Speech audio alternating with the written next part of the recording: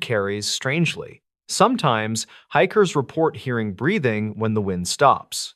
No cabin stands there anymore. Whatever Harold sealed inside was never officially found. And whatever kept him alive in that wall for so long may not have needed the cabin to remain.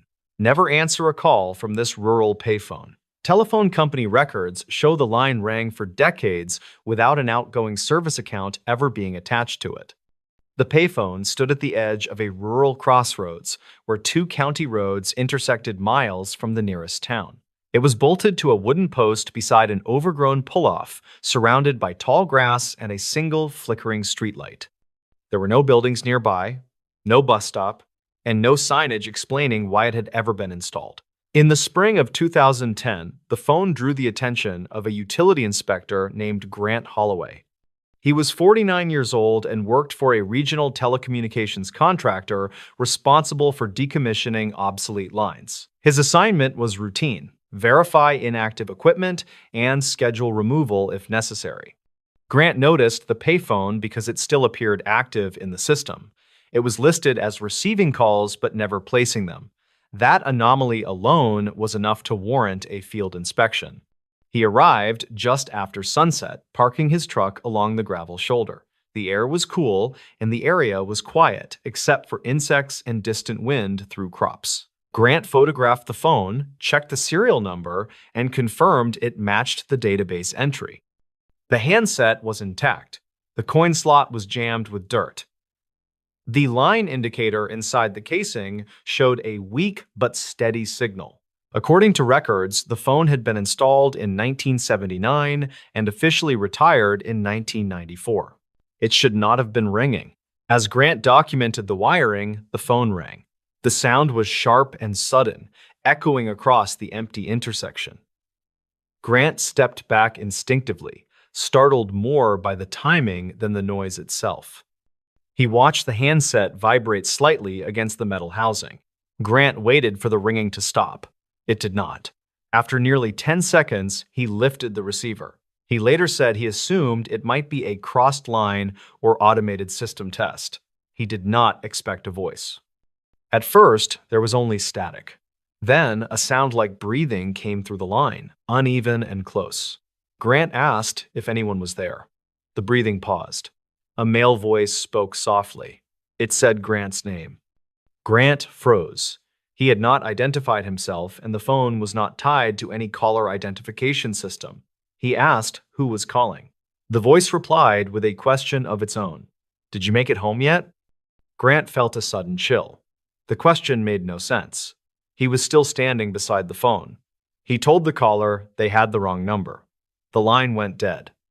Grant replaced the receiver and stood there for several seconds, listening to the night.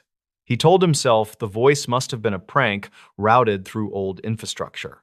Still, he finished his inspection quickly and left. That night, Grant filed a report noting unexpected incoming activity. The next morning, his supervisor flagged it as a known issue. End quote.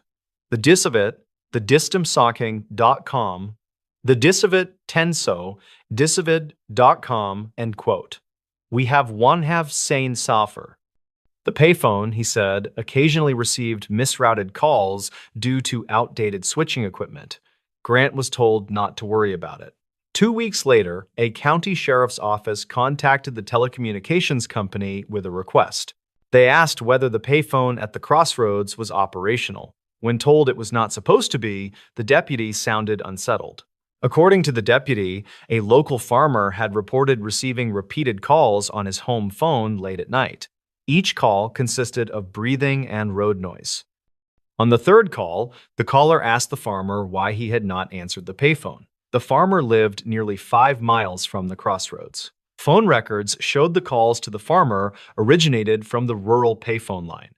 Grant was assigned to return to the site with a removal crew. They arrived mid-morning and found the phone exactly as before. No damage, no signs of tampering. The line indicator still showed a weak signal. Before they could disconnect the wiring, the phone rang again. One of the crew members reached for the handset. Grant told him not to answer it. The man laughed and picked it up anyway. The crew member's expression changed almost immediately. He did not speak. After several seconds, he slowly lowered the handset back into place. When asked what he heard, he said the caller described the accident that killed his brother. It was an event known only to family and investigators, and it had happened years earlier. The crew aborted the removal and left the site. Grant filed another report. This time, the incident was escalated internally. Archived call logs were pulled for the payphone line. The data was incomplete but revealing. Over the previous 20 years, the phone had received hundreds of incoming calls. None were traceable to known numbers. Many calls were placed during early morning hours. More disturbing were the outgoing call records. Although the phone was officially unable to place calls, logs showed brief outgoing connections following many incoming rings. These outgoing calls matched the phone numbers of individuals who had previously been reported missing, injured, or deceased in the surrounding counties. In nearly every case, the call occurred shortly before the event. Grant was interviewed by an internal compliance team. He disclosed the content of his call. He admitted the voice had used his name and referenced his home. He also admitted he had not returned to the payphone since. The company decided to quietly disconnect the line remotely. Technicians flagged the circuit as inactive and removed it from routing tables. The phone rang anyway. County dispatch began receiving strange calls within days. Callers would say nothing at first, then ask dispatchers to send help to the crossroads. When officers arrived, there was never anyone there. One dispatcher reported hearing a payphone ringing faintly through her headset, even when no incoming call was active. The sheriff ordered the physical removal of the phone. When crews arrived, the handset was missing. The cord had been cut cleanly. The metal housing showed signs of age, but no vandalism. As they lifted the unit from the post, the internal ringer activated, echoing inside the casing without a receiver attached.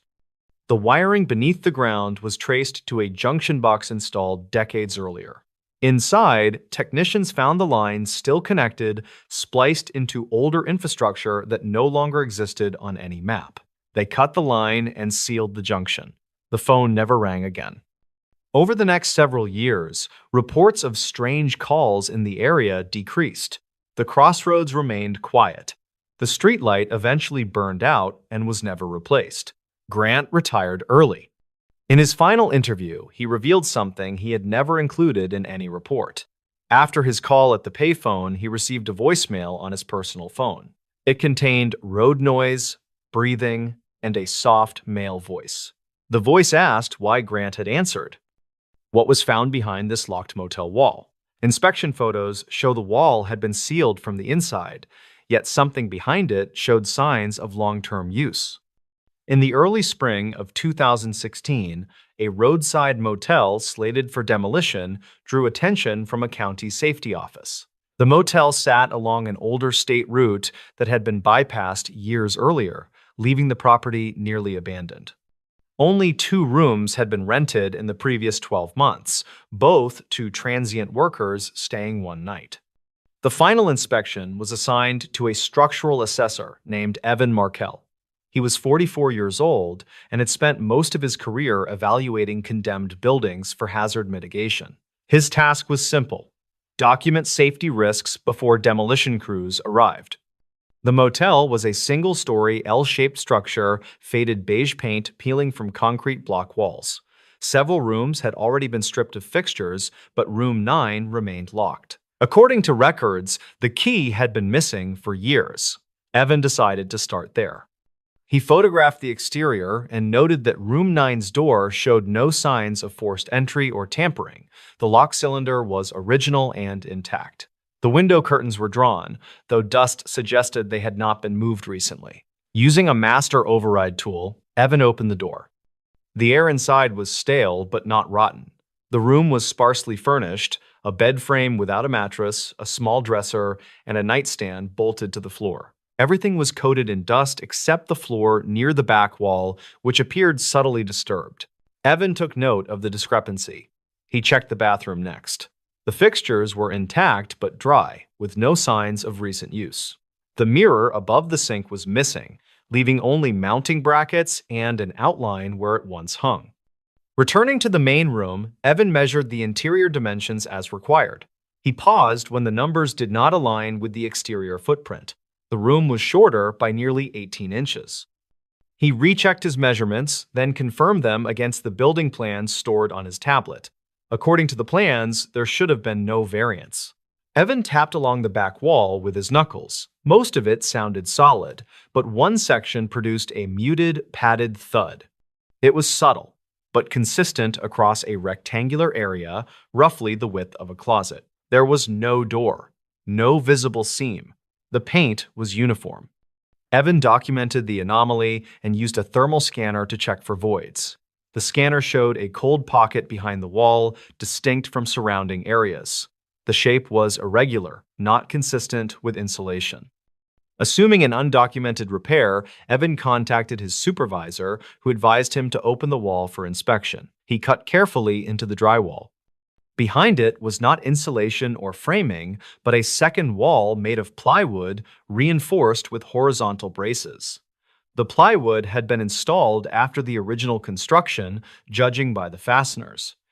Evan removed the braces one by one. The plywood panel came free, revealing a narrow space behind it. The cavity was large enough for a person to sit upright, extending the width of the room and approximately 4 feet deep. The air inside was noticeably colder. The first thing Evan noticed was the smell. It was dry, metallic, and faintly organic. The space was not empty. Along the back wall, a thin sleeping pad had been laid out. Beside it were empty water bottles, flattened and stacked neatly. A small battery-powered lantern rested near the corner. None of the items were new. Dust patterns suggested they had been handled repeatedly, long after the rest of the room had fallen into disuse. Evan felt his throat tighten. He photographed everything before stepping back out of the cavity. Then he noticed the markings. Scratched into the plywood walls were lines, hundreds of them, arranged in uneven vertical clusters. Some were shallow, others deeply carved. Near the sleeping pad, the scratches formed crude shapes resembling letters, though none spelled complete words. Evan counted several groupings that appeared deliberate, as if marking time. He contacted local authorities. Deputies arrived within the hour and secured the room. They expanded the opening and entered the space more fully. Inside, they found additional items: a plastic bucket used as a toilet, food wrappers dating back years, and a portable radio with corroded batteries. There were no human remains. What unsettled investigators most was the condition of the space. It had clearly been occupied for an extended period, possibly months or years, yet no missing person records matched the timeline. The cavity had no ventilation system, no access hatch. The only opening was the wall Evan had cut through. Yet dust patterns on the floor indicated movement in and out of the space long after Room 9 was last rented. Investigators examined motel records. Room 9 had been taken out of service in 2008 after repeated guest complaints about noise. Guests reported hearing breathing at night and feeling movement behind the walls. No cause was found. After closure, the door had been locked and left untouched. Security footage from the motel's final operational year was reviewed. On several occasions, motion sensors in the hallway outside Room 9 activated late at night. The footage showed no one present. One clip showed the doorknob of Room 9 turning slightly, then stopping. The motel owner, when questioned, denied any knowledge of hidden spaces. He confirmed that no maintenance work had been done on that wall in decades. Investigators brought in a forensic anthropologist to assess the markings. The expert concluded the scratches were made by human hands over a long period, likely under conditions of stress and confinement. Yet there was no sign of forced captivity, no restraints, no locks on the inside of the cavity. The most disturbing finding came from the radio. After replacing the batteries, investigators powered it on. It immediately emitted static, followed by a faint rhythmic sound. Breathing. Then, briefly, a voice. It did not speak words. It repeated the sound of inhaling and exhaling, slightly delayed, as if mimicking someone nearby. The radio shut off on its own. The cavity was sealed again by authorities, pending further investigation. The motel demolition was postponed indefinitely. Several weeks later, the property was sold quietly to a development group. Records related to the investigation were reclassified and archived. When demolition crews finally returned months later, Room 9's back wall was intact. There was no cavity behind it, no scratches, no sleeping pad, no lantern. The interior dimensions of the room now matched the exterior footprint perfectly. Evan was asked to revise his report. He refused and resigned shortly after. Before leaving his position, he shared one final detail with a colleague. When he first opened the wall, the sleeping pad was still warm, and there had been only one set of markings near it, fresh ones. This ranger station logbook ends mid-sentence. The final entry was written in steady handwriting with no sign of panic, and it stopped in the middle of a single word. In the northern section of a protected wilderness area, a small ranger station stood beside a frozen reservoir. It had been built in the late 1970s to monitor seasonal flooding and wildlife movement. By 2017, it was rarely used, staffed only during peak months, and otherwise left sealed. The winter closure inspection was assigned to a record specialist named Jonah Reeve. He was 48 years old and worked for the Regional Parks Authority, responsible for collecting documents from facilities scheduled for long-term inactivity. His job was administrative, but it required traveling alone to remote sites. Jonah arrived at the station in early December, just before a heavy snowfall. The access road was barely passable, and the forest around the reservoir was silent. He unlocked the station door using a key retrieved from a lockbox and stepped inside. The interior was colder than expected, despite the building being sealed. The main room held a desk, a radio console, and a wall of shelves containing binders and logbooks. Everything appeared orderly, untouched since the last patrol weeks earlier. Jonah began cataloging materials, photographing documents, and boxing non-essential records. Most of the logbooks were routine, weather notes, patrol times, wildlife sightings. He worked methodically, checking dates against a printed roster. One logbook stood out. It was thinner than the others and labeled simply Reservoir Watch. The last recorded date on its spine was October 2016. According to staffing schedules, the station had remained operational until mid-November. Jonah opened the book and flipped through the pages. The entries were written by a single ranger named Felix Rowe, age 39, assigned solo shifts during the off-season. Felix's handwriting was neat and consistent, his notes concise. Early entries mentioned minor issues, fluctuating water levels, radio interference, unexplained alarms from monitoring equipment. Felix often noted sounds at night, which Jonah assumed were animals or shifting ice.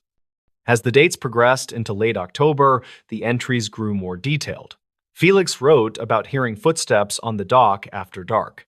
He noted that when he checked, the dock was empty and the ice was unbroken. He mentioned voices carrying across the water, distorted by distance, though no boats were permitted that time of year.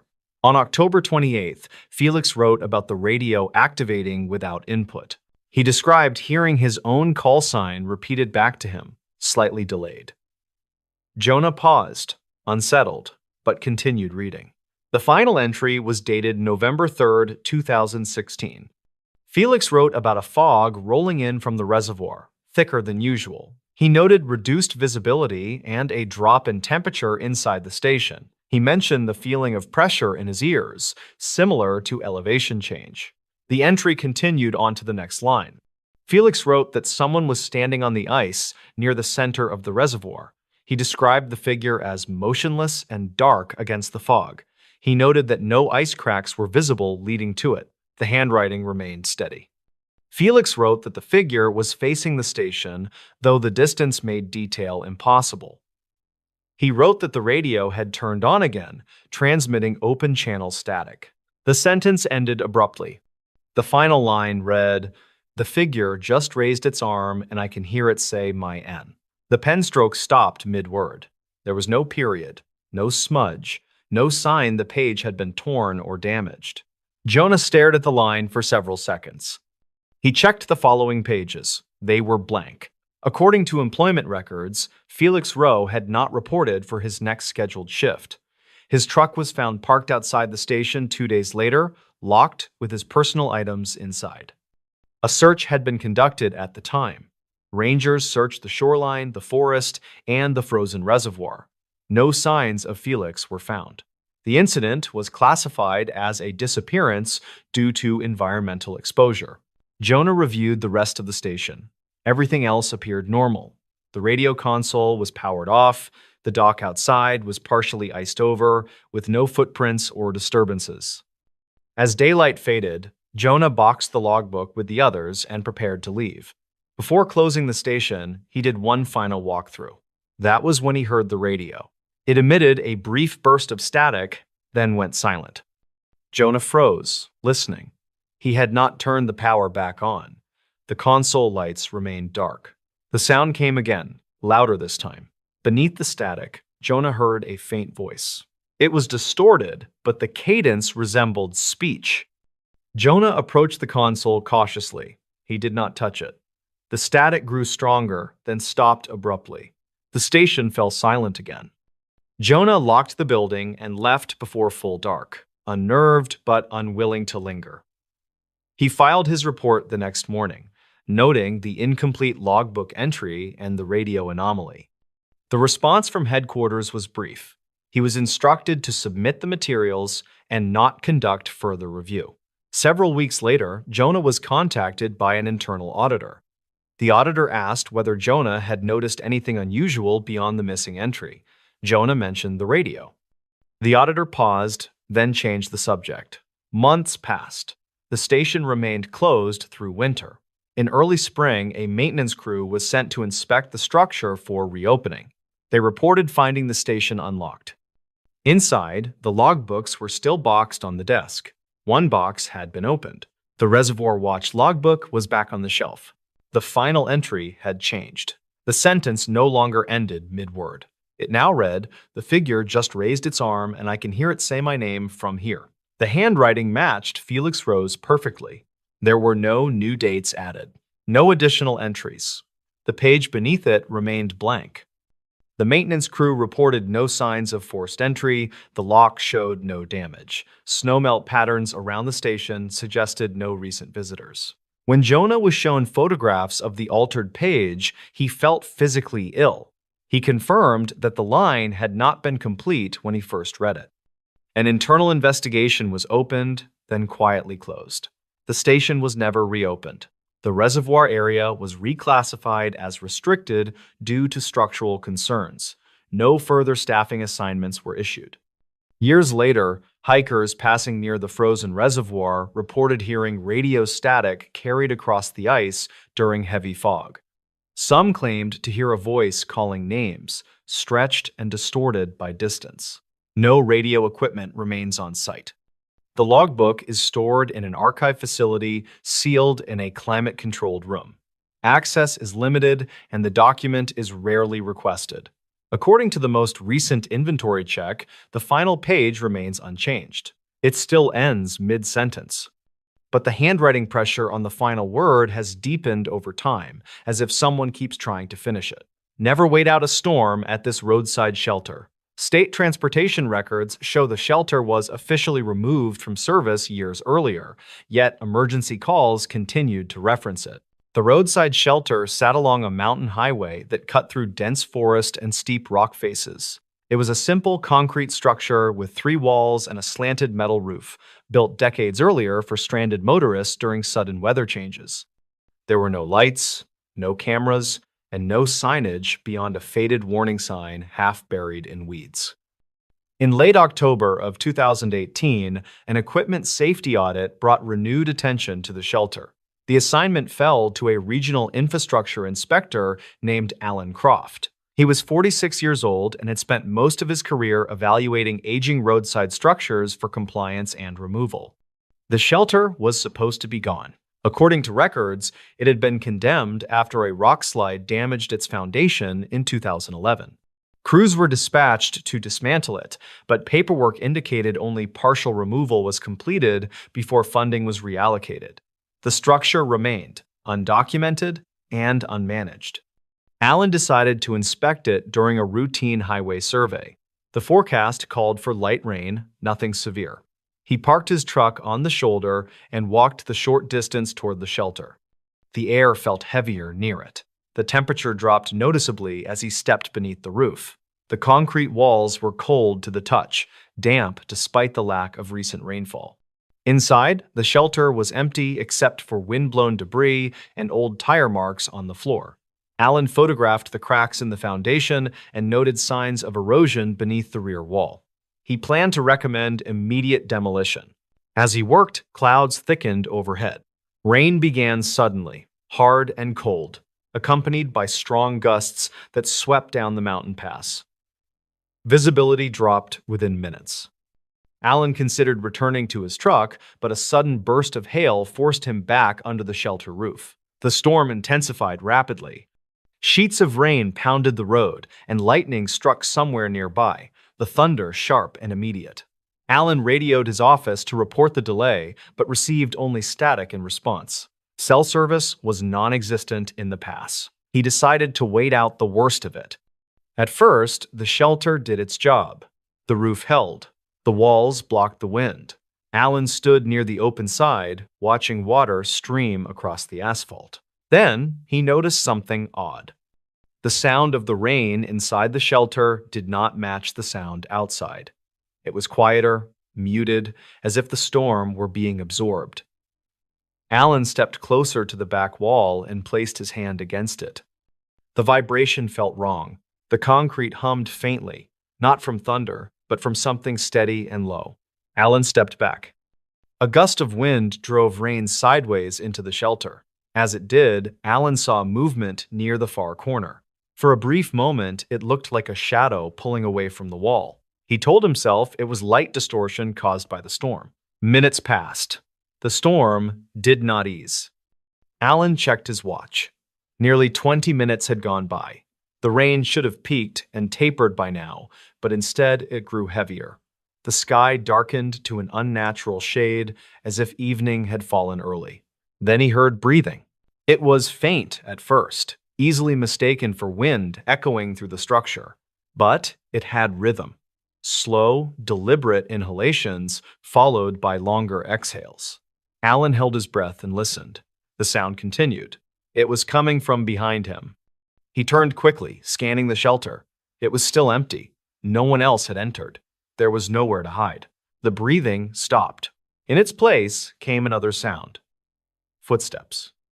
They were soft and wet, like shoes on damp concrete. They moved from the back wall toward the open side, then stopped. Allen spoke aloud, identifying himself, his voice barely audible over the rain. There was no response. Lightning flashed, illuminating the interior of the shelter. For an instant, Allen saw something carved into the back wall. Lines. Dozens of them, shallow but deliberate, etched into the concrete at about shoulder height. They looked old, weathered by time and moisture. Allen stepped closer. The markings formed crude shapes, not letters, but repetitive patterns. Some were deeper than others. As he examined them, the breathing returned, closer now, almost at his ear. Allen spun around. Nothing. His heart pounded. He backed toward the open side of the shelter, intent on reaching his truck despite the storm. But when he stepped forward, he realized something impossible. The road was gone. Beyond the shelter opening was not asphalt, but darkness.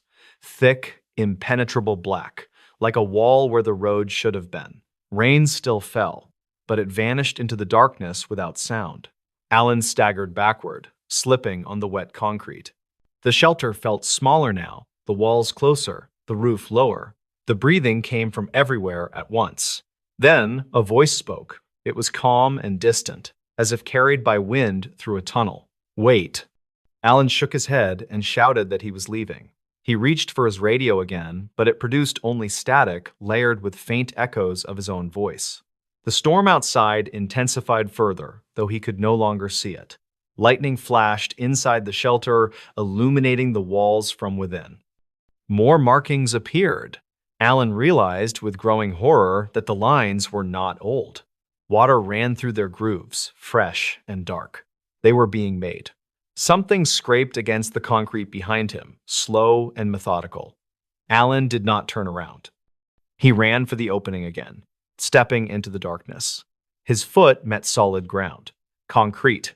The shelter extended beyond where it should have ended. The open side now led into another section, identical to the first, but darker, colder. Alan screamed. The storm followed him inside. Wind howled through the structure, but the rain fell straight down, soaking the floor without splashing. The breathing grew louder, overlapping, layered, as if multiple lungs filled the space. Alan stumbled through the second section into a third. Each time, the shelter repeated. Same walls, same roof, same markings, increasing in number and depth. Alan's legs burned. His chest ached. He felt the air thinning, heavy and wet. He collapsed against a wall and slid to the floor. The breathing stopped. Silence fell, broken only by distant thunder. A shape formed in the far corner of the shelter. It was not solid at first, more like a distortion, a place where the air bent inward. Slowly, it stepped forward. It had no clear features, only the suggestion of a human outline, stretched and wrong. The voice came again, closer now. Storms pass. Alan tried to crawl away, but his hands met the wall. There was no exit. The shape reached out. Lightning struck directly overhead. The shelter shook violently. Concrete cracked beneath Alan's hands. And then everything stopped. The storm vanished. The shelter was empty again. 2 days later, a snowplow driver reported an abandoned truck on the shoulder near the old shelter. The vehicle belonged to Alan Croft. Search teams found no sign of him. The shelter was inspected. The structure showed no new damage beyond existing cracks. No additional markings were noted on the walls. Officially, Alan was listed as missing, presumed lost due to severe weather conditions. 3 months later, during a routine storm response, a stranded motorist called emergency services from the mountain pass. The caller reported taking shelter from heavy rain. Dispatch asked for a location. The caller said he was inside the concrete roadside shelter. Dispatch informed him there was no active shelter in that area. The caller paused. Then he said the storm sounded wrong and someone was breathing behind him. The call disconnected. Crews were sent immediately. They found the shelter standing as it always had. Inside, the walls were covered in fresh markings.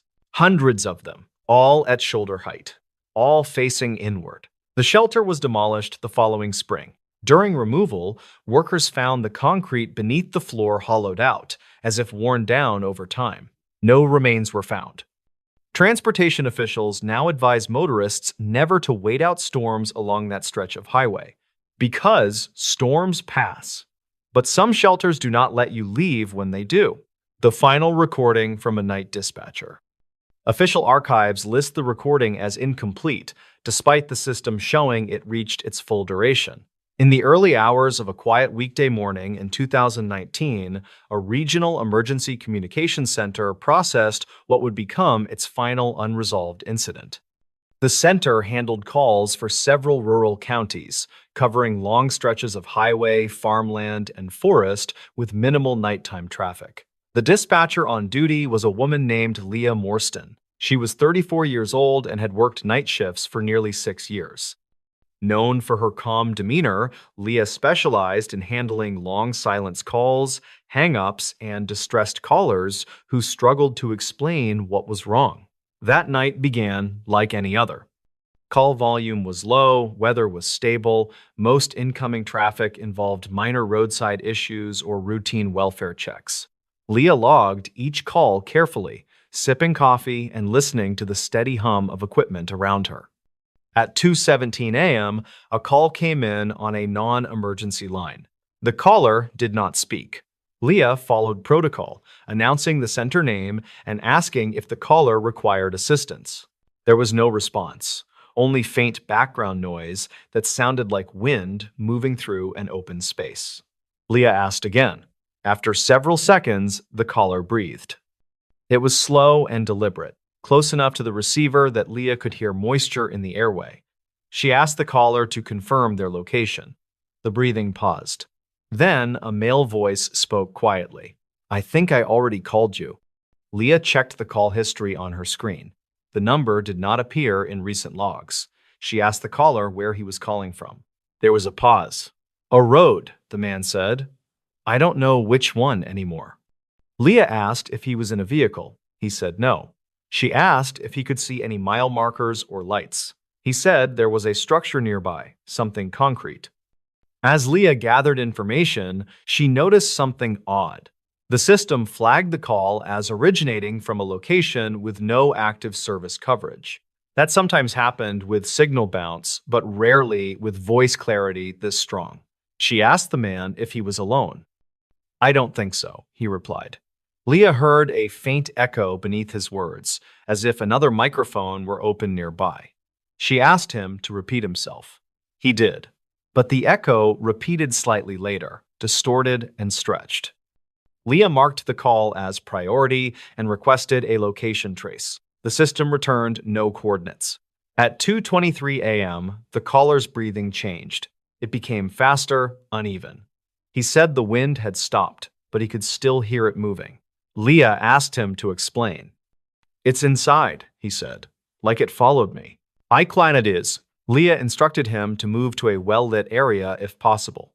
He said there were no lights, only the sound of rain hitting concrete, though Leah's weather display showed clear skies. She asked him to stay on the line. "I think it knows I'm talking to you," the man said.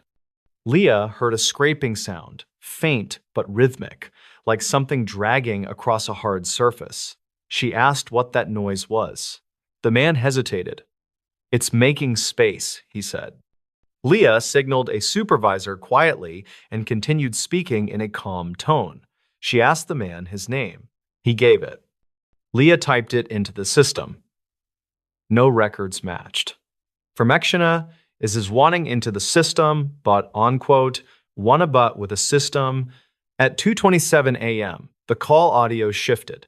The background noise dropped suddenly, replaced by a low hum. Leah felt pressure in her ears similar to altitude change, even though she was seated at her console. The man stopped speaking. Leah called his name repeatedly. The line stayed open.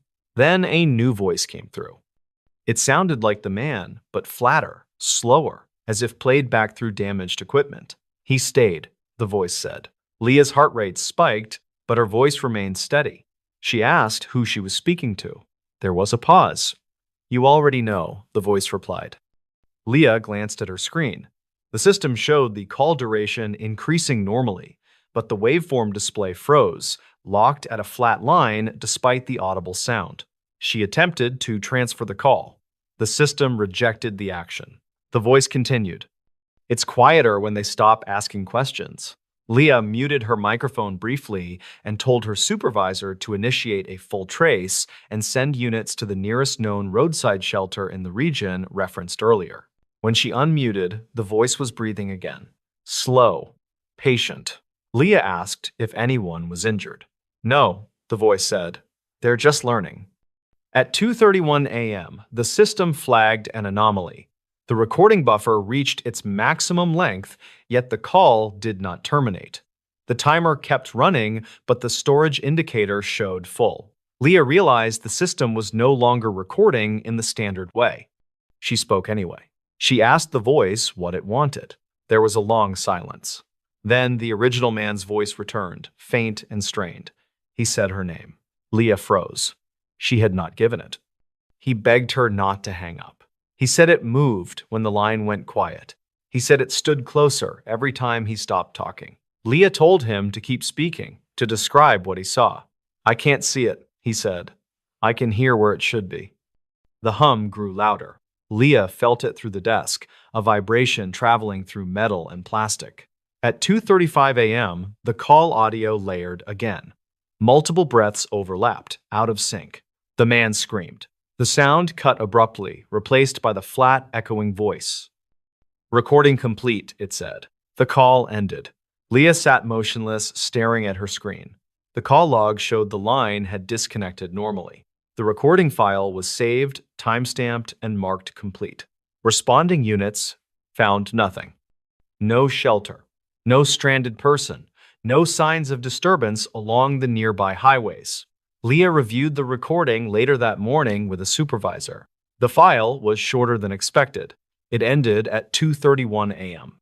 The final 4 minutes were missing. The audio stopped mid-breath. Leah requested a system audit. Technicians found no faults.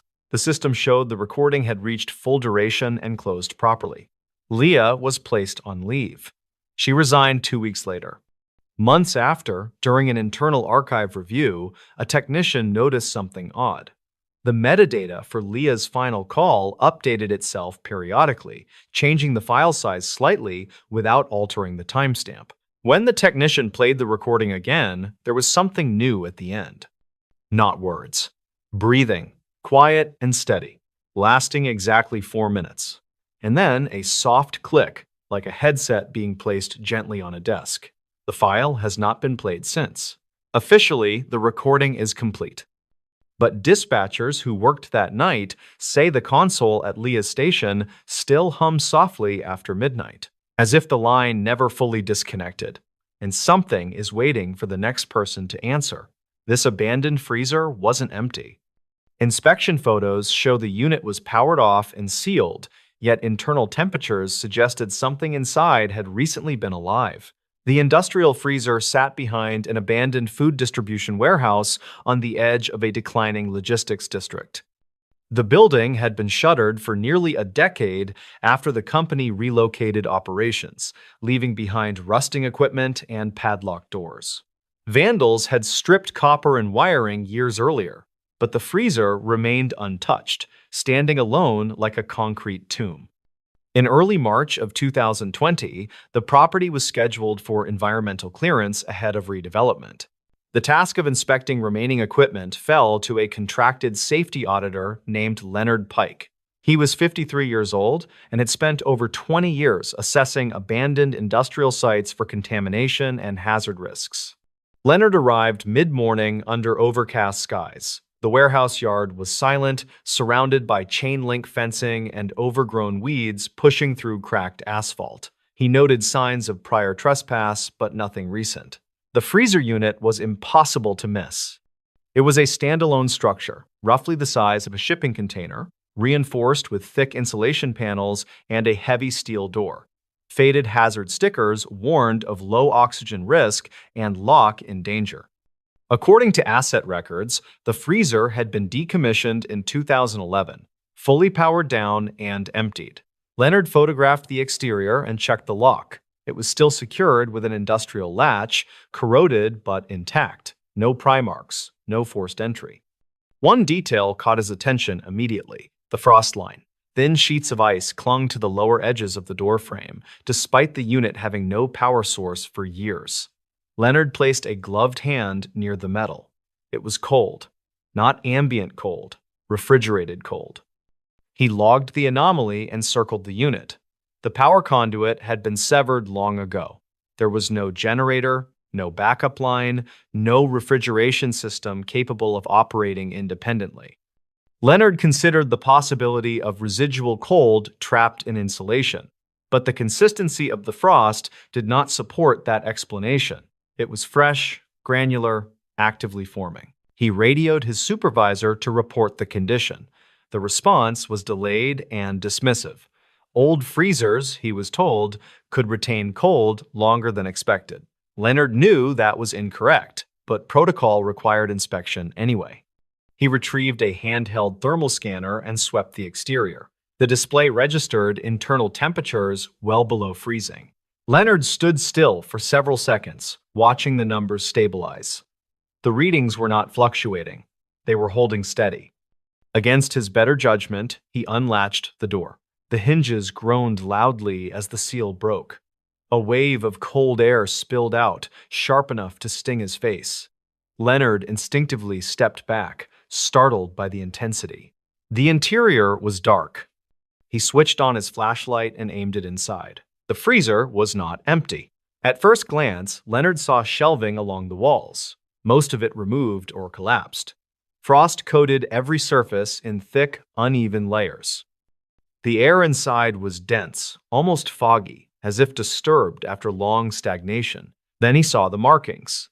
Scratches covered the inner walls. hundreds of them. They ran horizontally and vertically, overlapping in chaotic patterns. Some were shallow, others deeply gouged into the metal lining beneath the insulation. They were not machine marks. They were too irregular, too deliberate. Leonard stepped closer, heart pounding. His flashlight beams swept across the floor. There was a sleeping pad near the back wall. It was stiff with frost, but unmistakable. Beside it lay empty food containers, crushed water bottles, and a battery-powered lantern frozen solid into the ice. Leonard's mouth went dry. The items were arranged. Not discarded, placed. He backed out of the freezer and took several deep breaths. His hands shook as he documented the interior with photographs. The cold continued to roll outward, pooling around his boots. Then he noticed something else. The floor showed signs of repeated movement. Frost had been disturbed along a narrow path leading from the sleeping area to the door, as if someone had paced back and forth many times. Leonard checked the interior latch. The freezer door had a safety release handle on the inside, required by regulation. It was intact and functional. Someone inside could have opened the door at any time. Leonard called emergency services. Authorities arrived within the hour and secured the site. Environmental officers, police, and a medical examiner joined the inspection. They confirmed the freezer was active in temperature but disconnected from any power source. Inside, they cataloged the items. No body was found. No remains. What unsettled investigators most was the condition of the space. The frost buildup suggested prolonged occupancy, interrupted only briefly. Body heat patterns were visible on the walls using thermal imaging, overlapping and layered, as if someone had leaned against the metal repeatedly over a long period. Yet no missing persons matched the timeline. The sleeping pad showed signs of compression consistent with daily use. The lantern contained depleted batteries that would have required replacement multiple times. Someone had lived inside the freezer. For a long time, investigators traced the freezer's history. Records showed it had been used briefly in the early 1990s as temporary cold storage during a logistics overflow. One seasonal worker, a man named Thomas Ivy, had filed a complaint during that period, claiming he felt dizzy and disoriented while working near the unit. He resigned abruptly. In 2004, a night security guard reported hearing banging from the freezer during rounds. Maintenance found nothing and attributed the noise to metal contraction. In 2009, motion sensors inside the warehouse triggered repeatedly overnight. Footage showed nothing except the freezer door vibrating slightly, as if pressure were building inside. The warehouse closed 2 years later. Investigators reviewed internal temperature logs pulled from a dormant sensor node discovered during inspection. The data was incomplete but alarming. The freezer temperature fluctuated, not randomly. It rose slightly at regular intervals, then dropped again, as if responding to something generating heat inside. Breathing heat. The medical examiner stated that no human could survive prolonged exposure to those conditions without power or supplies. Yet the evidence contradicted that conclusion. On the second day of investigation, a technician powered up recording equipment inside the freezer to document ambient noise. For several hours, the recording captured nothing but low hums and settling ice. Then, shortly after midnight, something changed. The audio registered breathing. Slow, controlled, followed by a scraping sound like fingers dragging across metal. The technicians shut the recording down immediately. The freezer was resealed and the site declared restricted. Plans for redevelopment were suspended. 3 weeks later, during a follow-up inspection, the freezer interior was re-examined. The sleeping pad was gone. So were the bottles and lantern. The scratch marks remained, but fresh ones had been added near the door. The internal safety handle showed new wear, as if it had been tested from the inside. Authorities ordered the freezer dismantled. During removal, workers cut through the outer panels. Inside the insulation layers, they found deep cavities worn smooth, extending through multiple layers of foam and metal. Not by tools, by repeated contact. No remains were found during demolition. The freezer was hauled away and destroyed off-site. Leonard Pike resigned shortly after submitting his final report. He declined further interviews. In an informal statement given months later, Leonard admitted one detail he had not documented officially. When he first opened the freezer door, before he stepped back, he heard something inside inhale sharply, as if surprised, as if it had not expected the door to open yet, and as if it had not been alone, why this forest pull-off vanished from maps. Transportation records confirm the pull-off was removed from digital maps first, then from physical signage, and finally from official memory. The forest pull-off used to sit along a narrow state highway that cut through miles of protected woodland. It was not large, just a widened strip of gravel with a wooden guardrail and a single weathered sign indicating parking for emergencies only. There were no picnic tables, no restrooms, and no scenic overlook posted, yet drivers used it regularly. In the late summer of 2017, a cartography update flagged the pull-off as an anomaly. The task of reviewing the discrepancy fell to a geographic data analyst named Martin Hale. He was 43 years old and worked for a contractor responsible for syncing physical infrastructure with digital navigation systems. Martin noticed the issue during a routine audit. Multiple user reports referenced a pull-off at mile marker 46, yet satellite imagery showed nothing but trees. Historical map layers still displayed it clearly, but the most recent update erased it entirely, replacing it with uninterrupted forest. At first, Martin assumed it was a simple clerical error. He checked state transportation records. The pull-off still existed on paper, listed as active and inspected annually. Maintenance logs showed gravel replacement as recently as 2015. No removal orders were documented. Curious, Martin decided to investigate in person. He drove to the location on a clear afternoon, following the highway as it curved deeper into the forest. Mile markers ticked by steadily. When he reached marker 46, he slowed instinctively. There was nothing there. No gravel, no guardrail, no sign. The forest pressed tightly against the road, trees growing so close their branches nearly brushed passing vehicles. Martin pulled over farther ahead and walked back along the shoulder. He found no trace of the pull-off, no disturbed soil, no remnants of gravel, no cut in the tree line. It was as if the forest had always been unbroken at that point. Martin returned to his car unsettled and reviewed his notes. According to archived imagery from 2012, the pull-off should have been visible, clearly defined, and used.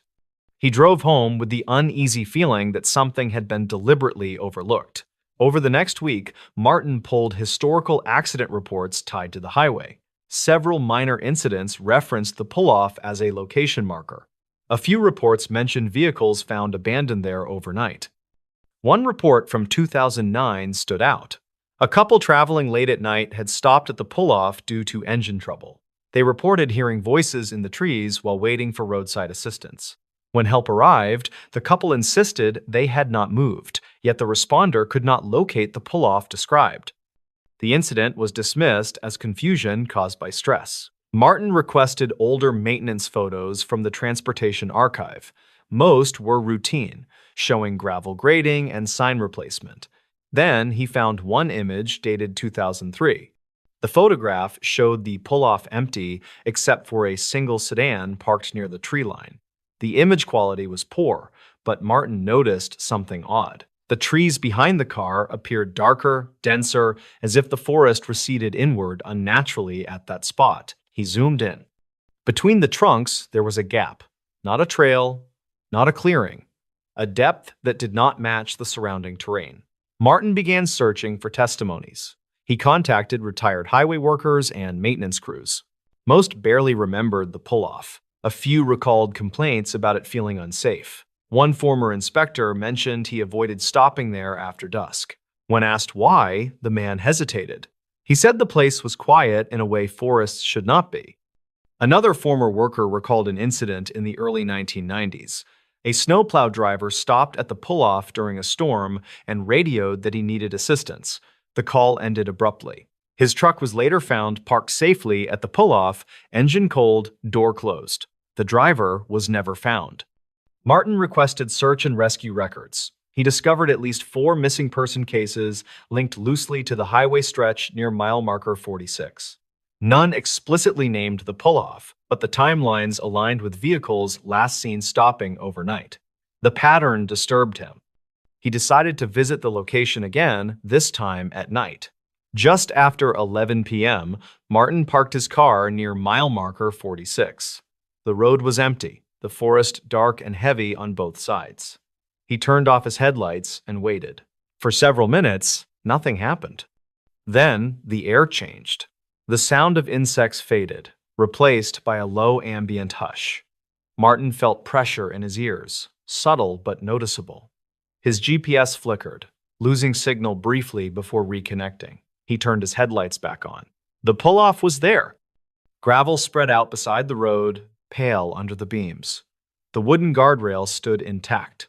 The faded sign leaned slightly, exactly as shown in old photographs. Martin's breath caught. He checked his mirrors. The road behind him remained normal. Ahead, the highway continued as expected. The pull-off existed only within the cone of his headlights. Against every instinct, Martin pulled in. As his tires crunched onto gravel, the forest seemed to pull back, creating a shallow clearing around the pull-off. The darkness beyond felt deeper, thicker, swallowing sound. Martin stepped out of his car. The silence was absolute. He walked toward the tree line and noticed something carved into the guardrail. Names, initials, dates stretching back decades. Some were shallow and weathered, others were sharp and recent.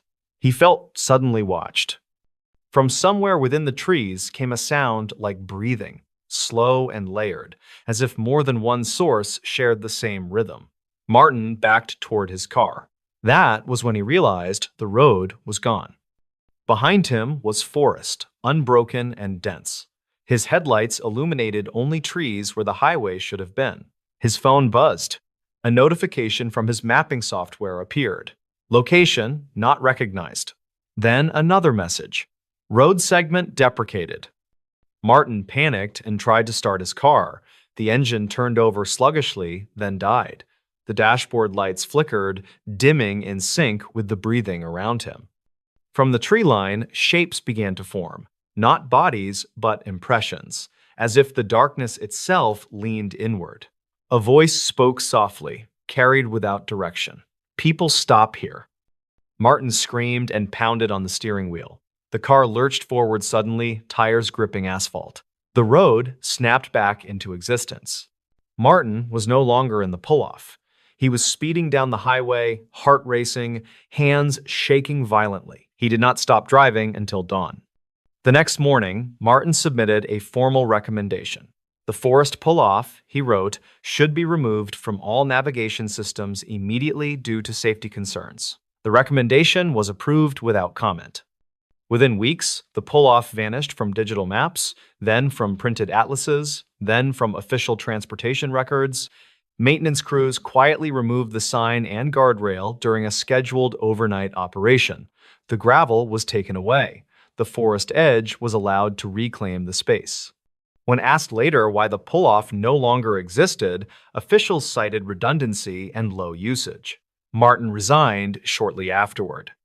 Years later, hikers occasionally report a strange widening in the trees along the highway, visible only at night or during heavy fog. Some claim their GPS briefly shows a parking symbol before correcting itself. Local authorities advise drivers not to stop along that stretch of road. Not because the pull-off is unsafe, but because, according to every current map, it has never existed at all. And whatever waited there does not like being remembered. What happened inside this roadside motel will shock you. State records show 3 emergency calls tied to the same room within 1 week, all abruptly disconnected without resolution.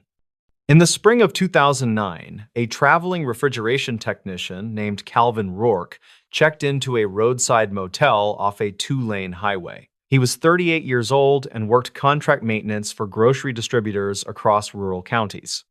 That Tuesday was supposed to be simple: inspect a failed unit at a nearby warehouse, then drive home before dawn. The motel was called the Pinecrest Lodge, a low concrete strip with flickering vacancy signs and aging exterior doors. It sat between a closed diner and a tree line that swallowed sound after sunset. Calvin chose it because it accepted cash and had parking outside each room. He signed the ledger, took a metal key, and parked directly in front of room 12. According to the desk clerk, a woman named Maribel Henshaw, Calvin appeared exhausted but alert. He asked if the walls were thin, then laughed as if it mattered. Maribel later told investigators he carried only a small duffel and a hard plastic toolbox. Nothing about him seemed unusual that night. At 9:42 p.m., motel security footage shows Calvin unlocking his door and entering room 12 alone. The room light turns on, then off again after several minutes. That part matched the normal pattern of guests settling in. The first deviation came at 10:06 p.m., when the front desk phone received a call from room 12. Dispatch logs show the call connected for 11 seconds, then ended without any spoken words. Maribel attempted to call the room back, but there was no answer. She assumed it was an accidental dial and made a note in the logbook. Nothing else happened for almost an hour. At 11:13 p.m., a second call came from room 12, this time to County Emergency Services. The recording begins with static, followed by shallow breathing, then a faint male voice saying, "Someone is here." The call drops before the operator can respond. Officers were dispatched but arrived to find the room door closed and locked. Deputy Arlen Pike knocked for several minutes and announced his presence loudly. There was no response from inside and no signs of forced entry. Motel policy prevented entry without management approval, and Maribel was hesitant to override it. After 20 minutes, the deputy left a card and cleared the call as unfounded. The third call occurred at 12:07 a.m., again from room 12, again to emergency services. This time, the line stayed open for 34 seconds. The audio includes footsteps, a metallic scraping sound, and Calvin whispering, "I can hear it breathing."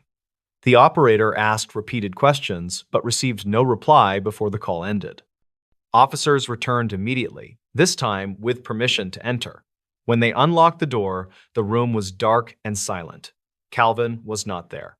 His duffel sat unopened on the bed, and his toolbox was upright near the desk. The bathroom was empty, and the window was locked from the inside. Investigators noted the air conditioner was unplugged, despite the warm night. The room temperature was several degrees colder than adjacent rooms. A maintenance report later confirmed no mechanical issues with the unit. There were no signs of struggle, no blood, and no obvious exits. The only unusual detail was the motel room mirror above the sink. It had been removed from the wall and placed face down on the carpet. Beneath it, officers found a folded motel towel, damp and marked with dark smears. Initial testing identified the substance as rust mixed with water, not blood. Calvin Rourke was reported missing by his employer the next morning. His truck remained parked outside room 12, keys still inside his jacket pocket on the bed. Phone records confirmed all 3 calls originated from the room landline. There was no record of Calvin using his cell phone after check-in. Over the next week, detectives interviewed staff and nearby residents. One trucker recalled hearing banging from the room after midnight, but assumed it was plumbing. Another guest claimed she heard whispering through the walls, but could not make out words. No one reported seeing Calvin leave.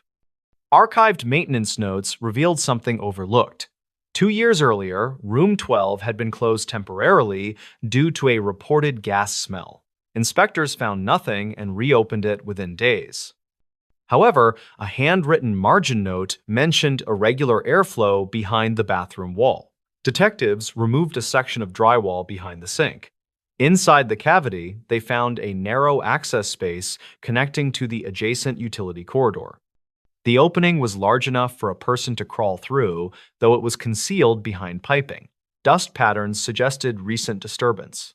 In the utility corridor, investigators discovered scrape marks along the concrete floor, leading to a locked service door. Beyond it was a crawl space running beneath the motel, used for old wiring and drainage. Search teams followed it for nearly 50 yards before finding a collapsed section near the tree line. At the collapse site, they found Calvin Rourke. He was alive but unconscious, wedged between broken concrete and soil. Medical reports state he suffered hypothermia, dehydration, and severe oxygen deprivation. When revived, Calvin refused to speak for several days. Eventually, he agreed to provide a statement. He said he heard breathing inside the walls shortly after turning off the lights. At first, he assumed it was pipes settling.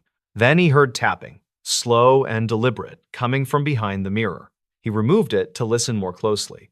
Calvin stated that something pushed back from the other side, causing the mirror to fall. He claimed a voice whispered his name, though he never said it aloud. Panicking, he called for help, but the voice grew louder with each attempt. He unplugged the air conditioner because the cold felt unnatural. According to Calvin, a panel behind the sink shifted open on its own. He said he felt compelled to crawl inside, believing it was the only way out. His memory after that point was fragmented, consisting of cold air, darkness, and the sound of breathing close behind him. Investigators could not verify the voice or the mirror movement. No fingerprints were found inside the wall cavity besides Calvin's. The motel closed room 12 permanently within a month, citing structural concerns. The Pinecrest Lodge shut down entirely 2 years later. Calvin never returned to contract work. He took a desk job and declined all interview requests. In his final statement, he said the most disturbing part was not the voice or the crawl space. He said whatever followed him into the wall stopped breathing only after he passed out. Dispatch records confirm the calls, and photographs confirm the hidden access space. Beyond that, there is no physical evidence of another presence. Still, no one has ever stayed in room 12 since that night, and no one has ever asked to reopen it. The most unsettling incidents at an old ranger outpost. Archived incident summaries list 5 unexplained events at the same ranger outpost, each officially labeled unrelated and resolved without further action. In the late summer of 2011, the Briar Ridge Ranger Outpost sat abandoned at the edge of a protected forest zone. The structure was a squat wooden building with a radio tower beside it, once used to coordinate wildfire response. Budget cuts had shuttered the post years earlier, leaving it to rot quietly among dense pines and winding gravel roads. The outpost still appeared on maps, which was why Nolan Kestrel drove there on a Thursday afternoon. He was 42 years old and worked as a contract surveyor for a state environmental office. His task was straightforward: verify boundary markers near the old outpost and photograph structural conditions for liability records. Nolan parked his government-issued truck beside the leaning radio tower and noted how quiet the forest felt. There were no birds calling, no insects buzzing, just wind moving through branches overhead. He unlocked the outpost door with a master key issued that morning, surprised to find the lock still functional. Inside, the air smelled of dust, damp wood, and something faintly metallic. The main room held a long desk, 2 filing cabinets, and a wall-mounted radio console that had long since lost power. Nolan took photographs methodically, narrating timestamps into his handheld recorder as required. At 3:20 p.m., Nolan discovered the incident logbook in a lower cabinet. The cover was warped from moisture, but the pages inside remained mostly intact. He flipped through entries dating back decades, mostly routine notes about weather, wildlife sightings, and patrol schedules. One section caught his attention. Several pages near the end had been flagged with red pencil marks in the margin. Each marked entry referenced incidents occurring after midnight, involving sounds, radio interference, or unexplained alarms. None included follow-up explanations. One entry, dated 1997, described a ranger named Lowell Brask, who reported footsteps outside the outpost during a snowstorm. The prints stopped abruptly at the building wall, with no tracks leading away. Another entry from 2001 mentioned repeated radio transmissions containing breathing sounds traced to no known source. Nolan photographed the pages, assuming they would be useful for historical context. At 4:05 p.m., his recorder captured an unexpected sound. It was a brief burst of static, followed by a low tone that lasted less than a second. Nolan stopped speaking and listened. The radio console was dark and unplugged, but a small indicator light glowed faintly on its side. Nolan approached cautiously and confirmed there was no power source connected. The light flickered once, then went dark again. He marked the time and moved on. As daylight faded, Nolan decided to finish the exterior survey before leaving. He stepped outside and circled the building, noting deep scratches along the rear wall. They ran vertically, spaced unevenly, and were partially weathered by age. He assumed they were old animal marks and documented them anyway. While photographing the scratches, Nolan heard a sound coming from the tree line. It was rhythmic, like boots crunching on gravel, moving slowly toward the outpost. He called out, identifying himself, but received no response. The sound stopped abruptly. Nolan scanned the forest edge and saw nothing moving. No branches swayed, and no animals darted away. He returned inside, feeling unsettled but rationalizing the experience as nerves amplified by isolation. He packed his equipment and prepared to leave. At 6:12 p.m., Nolan attempted to unlock the front door. The key turned halfway, then jammed. He tried again, applying more pressure, but the lock refused to open. He checked the door frame and found no visible obstruction. The key had worked perfectly minutes earlier. As Nolan struggled with the lock, the radio console emitted another burst of static. This time, it lasted several seconds. Through the noise, Nolan heard a voice speaking in clipped phrases. The words were indistinct, but the cadence sounded like a radio call sign. Nolan backed away from the console and raised his recorder, capturing the audio. The static cut abruptly, replaced by silence. He attempted to contact his office using his cell phone, but found no signal. The forest outside had grown noticeably darker. After several minutes, Nolan managed to force the door open. The lock snapped internally, leaving the door swinging loose. He stepped outside, relieved, and headed for his truck. That was when he noticed fresh footprints in the dust near the steps. The prints were deep and well-defined, pointing toward the outpost door. Nolan crouched to examine them and felt his stomach drop. They ended at the threshold, with no prints leading away. The surrounding dust remained undisturbed. Nolan took photographs, then quickly loaded his equipment into the truck. As he started the engine, the radio in the truck crackled to life. A voice spoke briefly, stating coordinates that matched the outpost location. Nolan turned the radio off immediately. He drove back to town without stopping and filed a detailed report the next morning. His supervisors acknowledged receipt but showed little interest in the incident details. He was instructed to submit the photographs and audio files, then move on to his next assignment. 2 weeks later, Nolan received a call from an internal review officer. The officer asked pointed questions about the logbook entries and the radio activity. He confirmed that similar reports had surfaced over the years, always involving the same outpost. Archived records revealed a pattern. In 1984, a ranger named Ellis Moore vanished during a night shift. His truck was found parked beside the outpost, engine cold, door open. Search teams found no trace of him beyond the immediate area. In 1997, during the incident with Lowell Brask, the ranger later requested a transfer, citing persistent auditory hallucinations. Medical evaluations found no underlying condition. His request was granted quietly. In 2003, a wildfire response team reported receiving radio instructions from the outpost, despite it being officially unmanned. The instructions directed them away from an active fire line. The source could not be identified.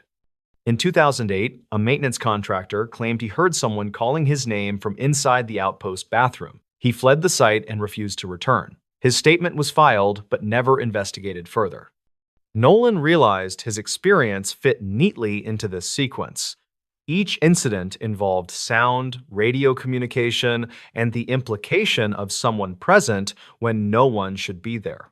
None involved direct visual confirmation.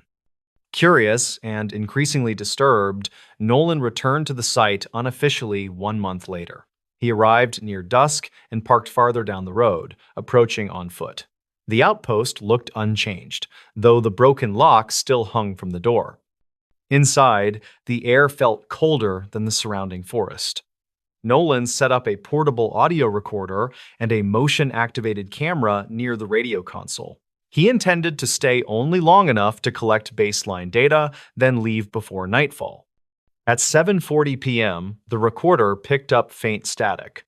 Nolan listened through headphones and heard breathing layered beneath the noise.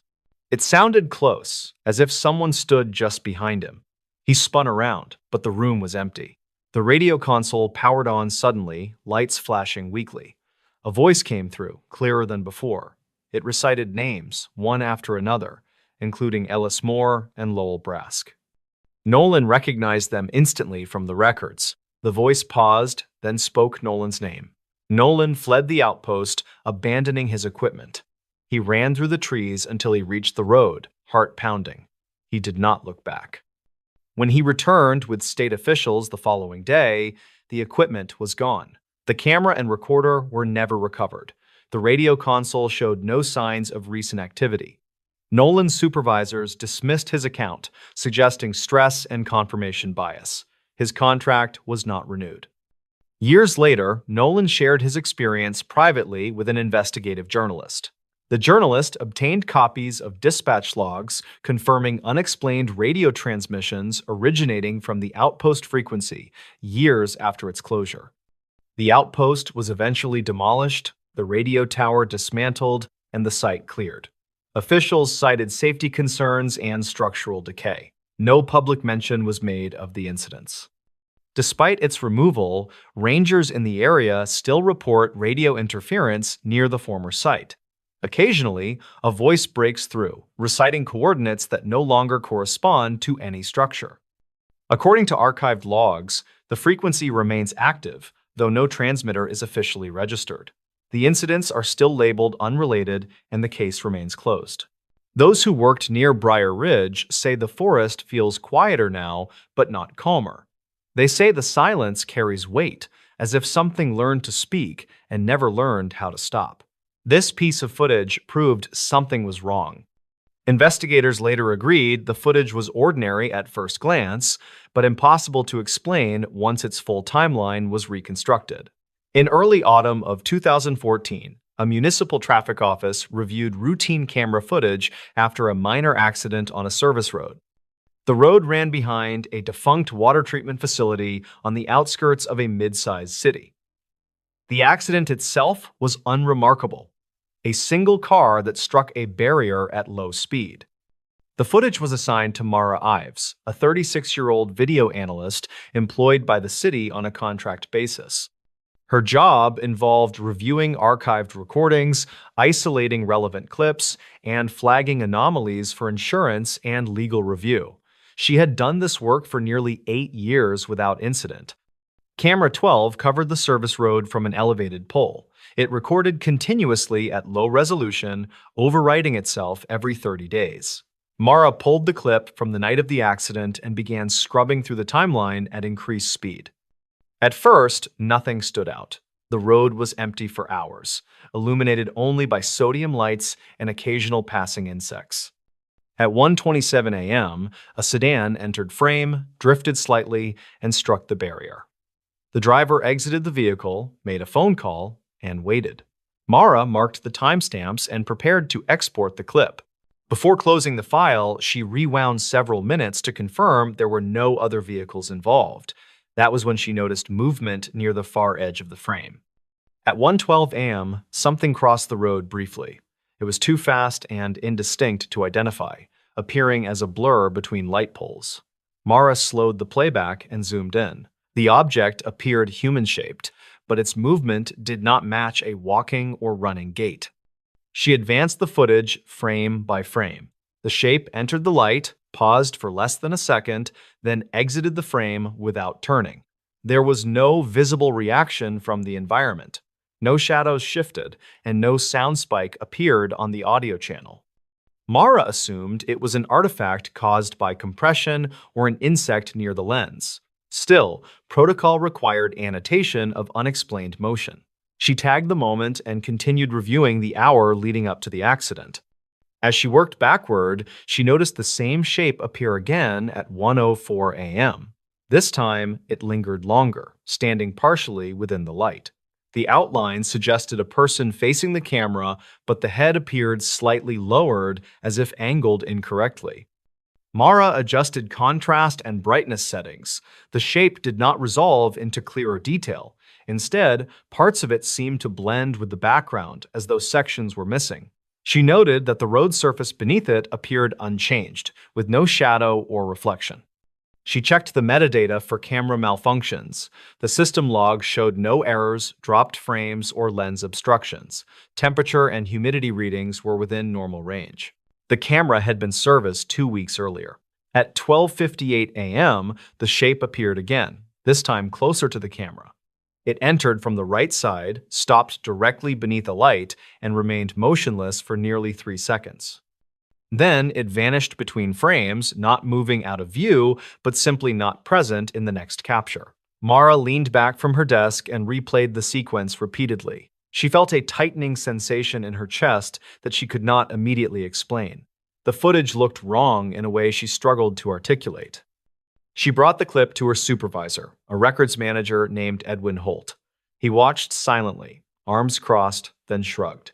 He suggested it was a dropped frame combined with motion blur. He advised her to log it and move on. Mara complied, but the footage bothered her enough that she continued reviewing adjacent nights.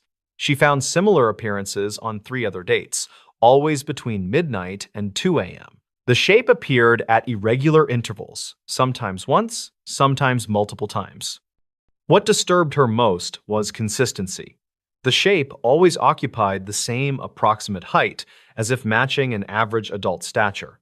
It never interacted with vehicles, animals, or debris. It appeared only when the road was otherwise empty. Mara exported the clips and reviewed them at home on a higher resolution monitor. She synchronized the timestamps and layered the appearances into a single composite. When aligned, the shape occupied nearly the same position each time. It looked less like something passing through the road and more like something standing there repeatedly. She noticed another detail. In the moments before each appearance, the ambient audio dropped slightly, as if background noise had been dampened. The change was subtle but measurable. Mara submitted a supplemental report requesting technical review of camera 12. Maintenance inspected the unit and found nothing wrong. They replaced the storage drive as a precaution but reported no faults. 2 weeks later, the footage became relevant again.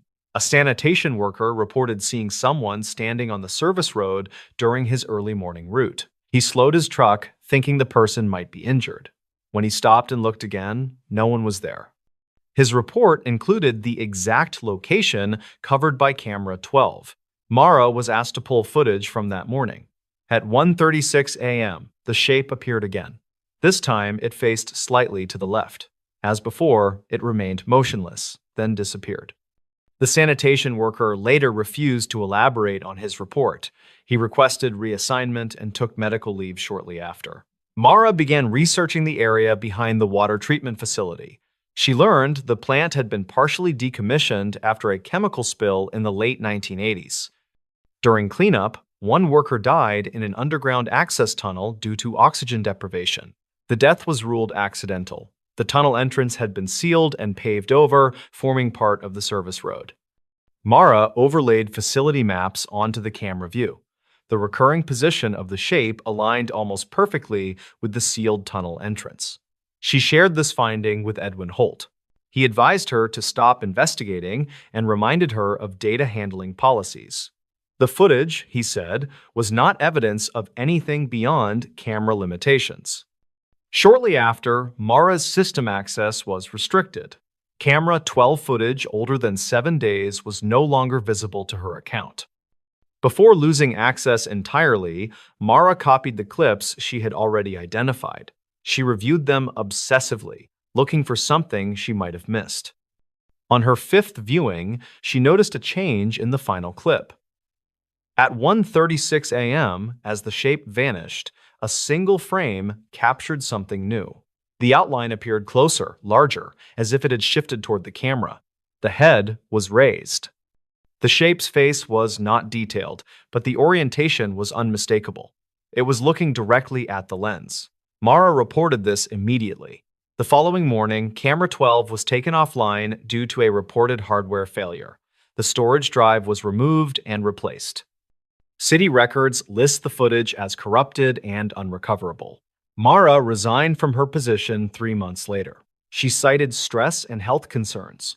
She declined to surrender her personal copies of the footage, stating they were obtained off-site.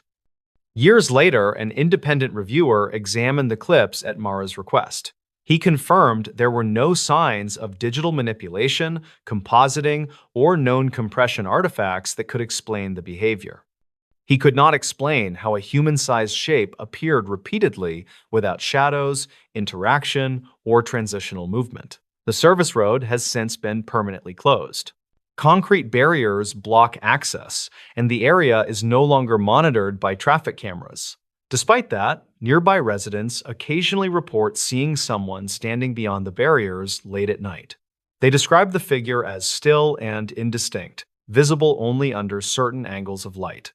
No new footage exists to confirm these reports.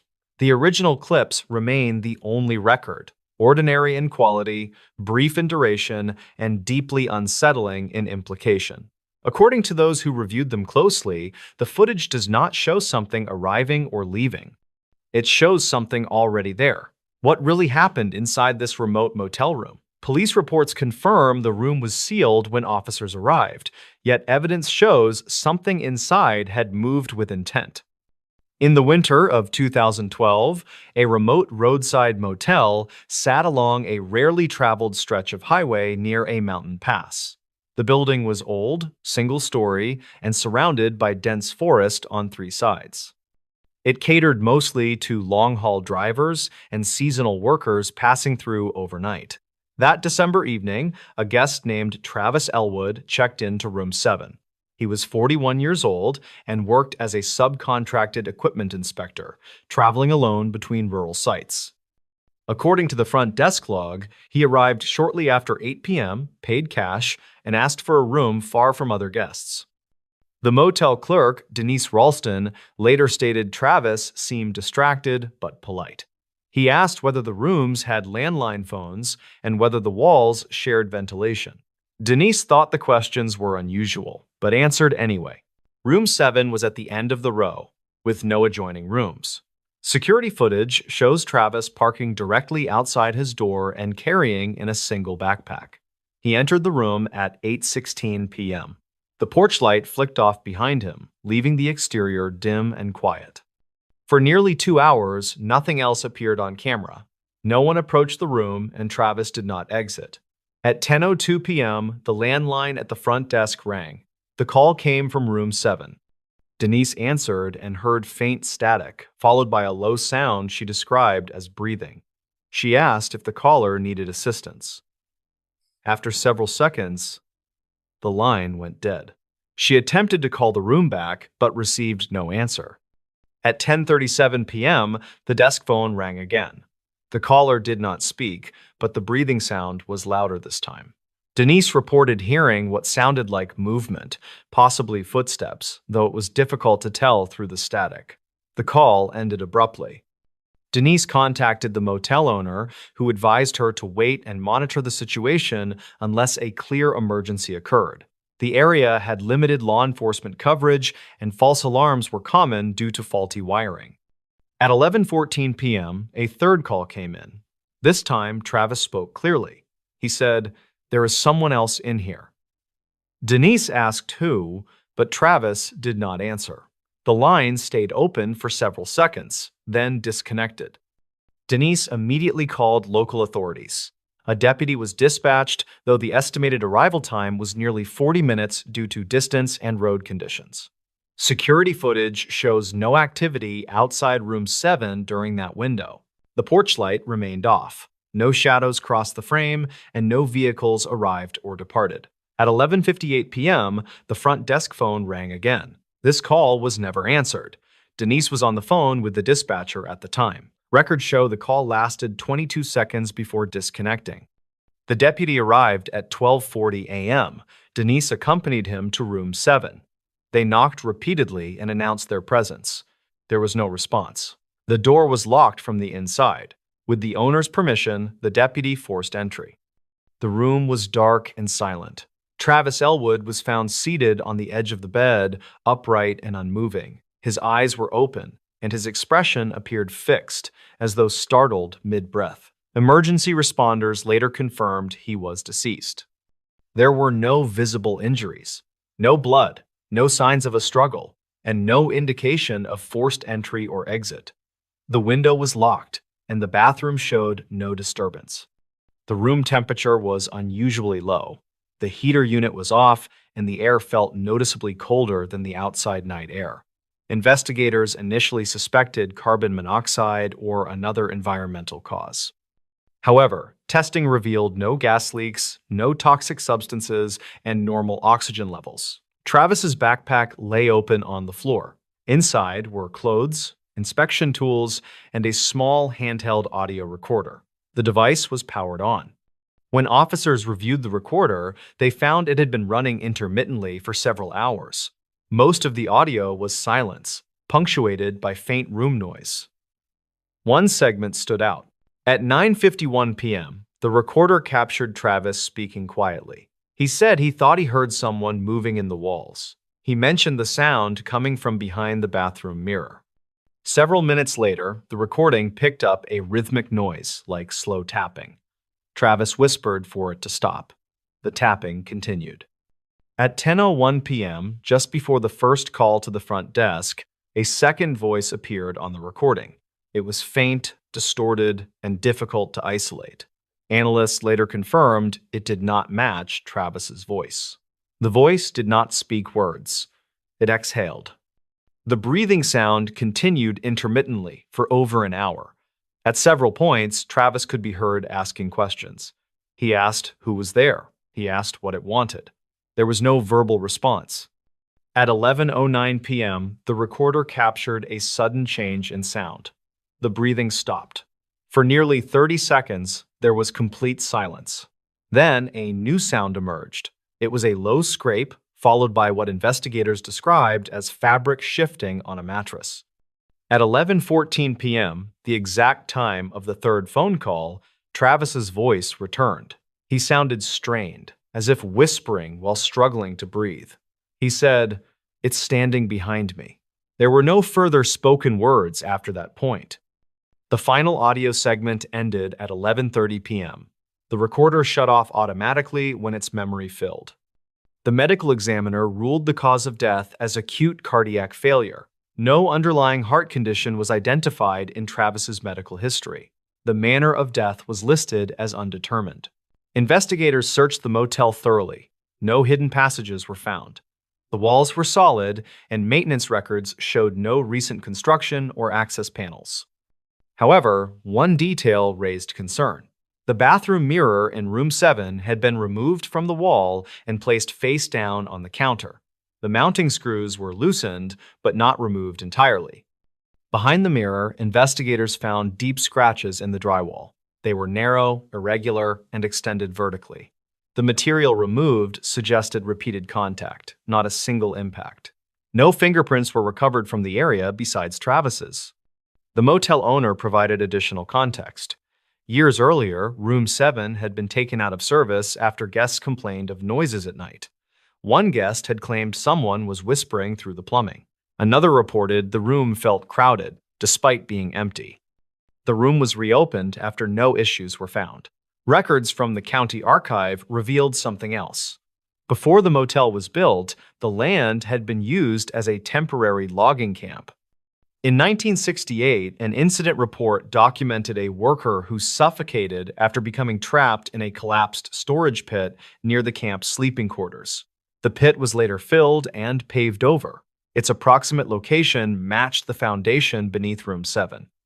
Investigators could not establish a direct connection between that incident and Travis's death. The case was eventually closed due to lack of evidence. Room 7 was sealed and removed from the booking system. The motel continued operating for several more years before closing permanently. After the closure, trespassers occasionally reported strange sensations inside the building. Some claimed they heard breathing in empty rooms. Others said doors would not open until they stepped away from them. In 2019, the motel was demolished. During excavation, workers uncovered a void beneath the concrete slab where Room 7 once stood. It was partially collapsed and showed signs of age, but no remains were found. No official explanation was ever offered for what Travis experienced that night. What remains are the dispatch logs, the audio recordings, and a room that appeared sealed from the inside. Together, they suggest that whatever happened inside Room 7 did not involve an intruder entering. It involved something already there. This abandoned cabin hid a secret for decades. County land records show the cabin was inspected 4 times over 30 years, yet one sealed space inside was never documented. Deep within a state-managed forest, miles from the nearest paved road, stood a small log cabin marked as decommissioned. It had no address, no signage, and no recorded purpose beyond a single line in forestry archives. The cabin appeared on maps as a former ranger shelter, closed in the early 1980s and left to decay naturally. In the fall of 2015, the site was revisited by a forestry compliance officer named Warren Lyle. He was 51 years old and nearing retirement after decades of fieldwork. His assignment was administrative, confirm the structure posed no hazard before the land designation changed to limited public access.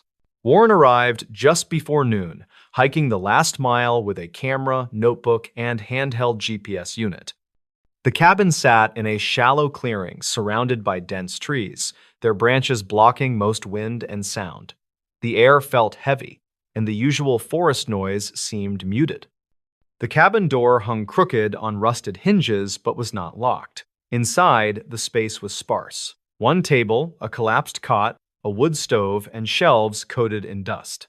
Sunlight filtered through cracks in the logs, illuminating drifting particles that had likely not moved in years. Warren began photographing structural damage and noting signs of animal intrusion. He expected raccoon nests or rodent remains, but found none. The cabin smelled dry, with no scent of decay or mold, which struck him as odd given its age. Along the back wall, Warren noticed something unusual. One section of logs appeared newer than the rest, subtly different in color and texture. The workmanship was careful, but the seam lines did not match the original construction style. He checked old maintenance reports. None mentioned repairs or reconstruction. The cabin was supposedly abandoned intact. Warren tapped the logs lightly with his knuckle.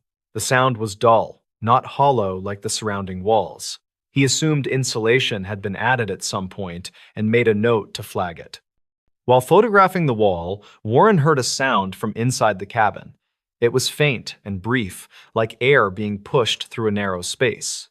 He froze, listening closely. The sound did not repeat. Assuming it was wind settling the structure, he continued his inspection. He measured the interior dimensions and realized the cabin was slightly smaller inside than its exterior footprint suggested. The discrepancy was minor, but enough to bother him. Warren traced the measurements again. The difference aligned exactly with the newer section of wall. He removed debris from the floor and found faint scrape marks leading toward the base of that wall. They were old, partially worn smooth, but clearly intentional. Something heavy had been moved there repeatedly. Using a pry bar from his pack, Warren tested the newer logs. They shifted slightly under pressure. Behind them was not insulation, but a thin wooden panel fastened with old square nails. Warren hesitated before pulling it free. He recorded a short video clip for documentation, then removed the panel.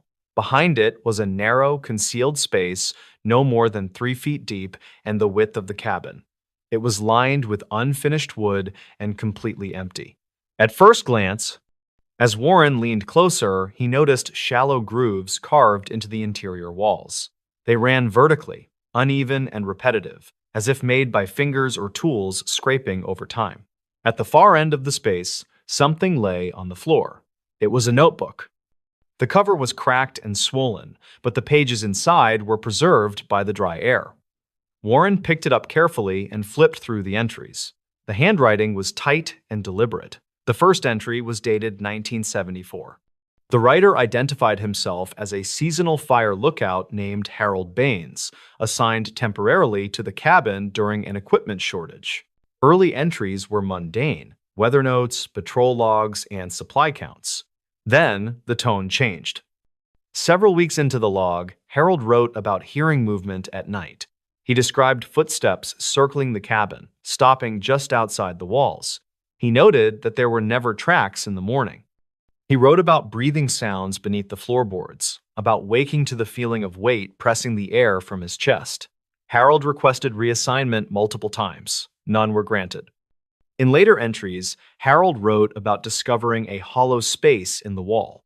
He claimed the sound was louder there, closer. He described carving the grooves himself, counting days by marking the wood. The final entries were frantic.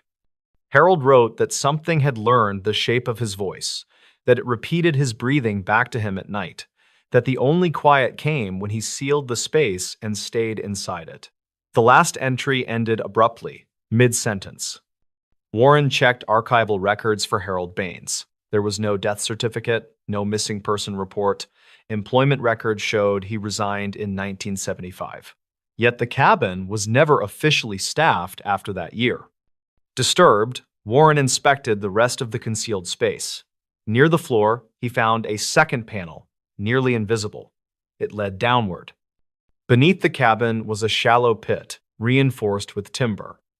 Inside were old supplies, a lantern, empty cans, and a sleeping pad, and signs that someone had been there for a long time. The wood was worn smooth where a body would lie, the lantern glass was clouded from use.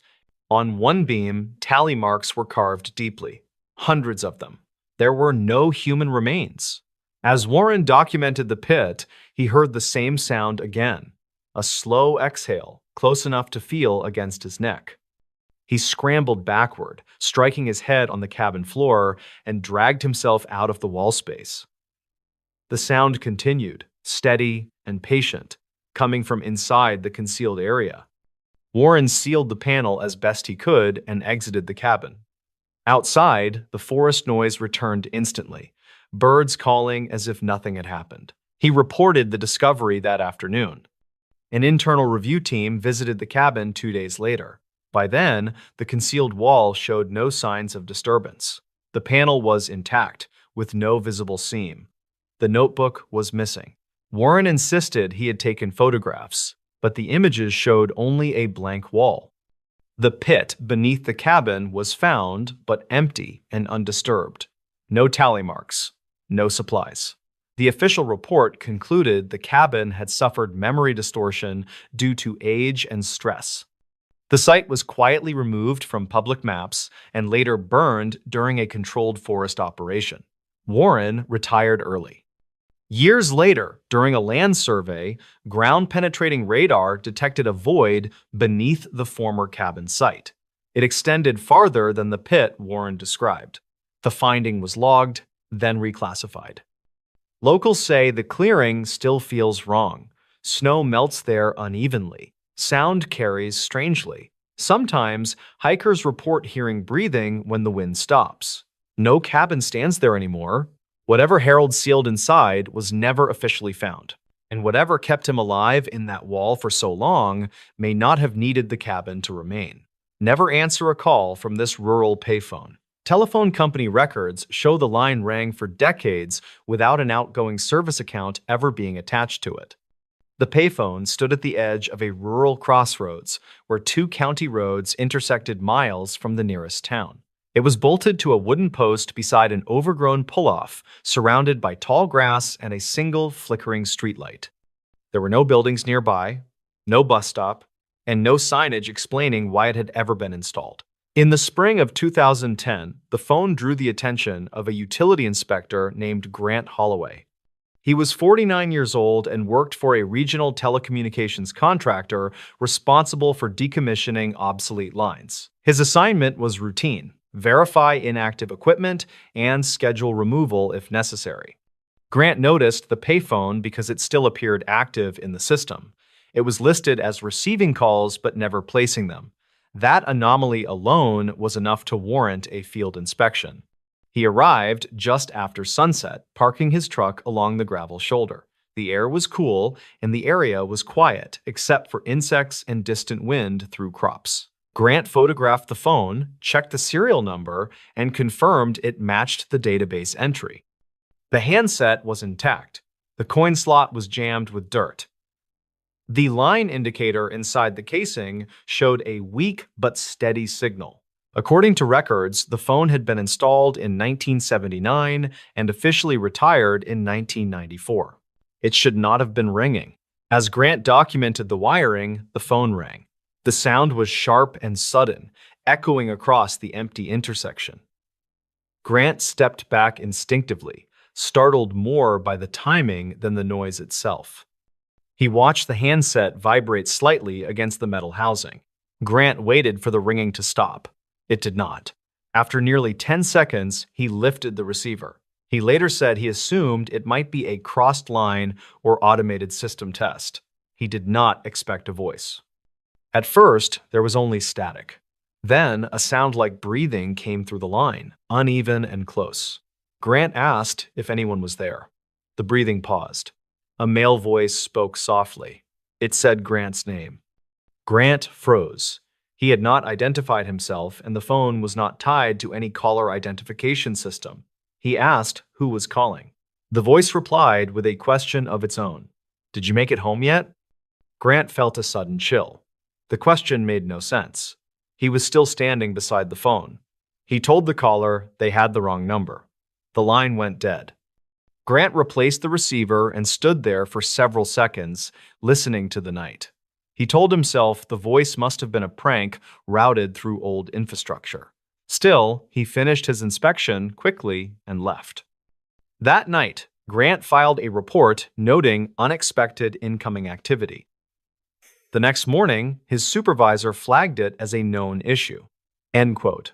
The Disavit, the distamsocking.com, the Disavit Tenso, disavid.com, end quote. We have one have sane software. The payphone, he said, occasionally received misrouted calls due to outdated switching equipment. Grant was told not to worry about it.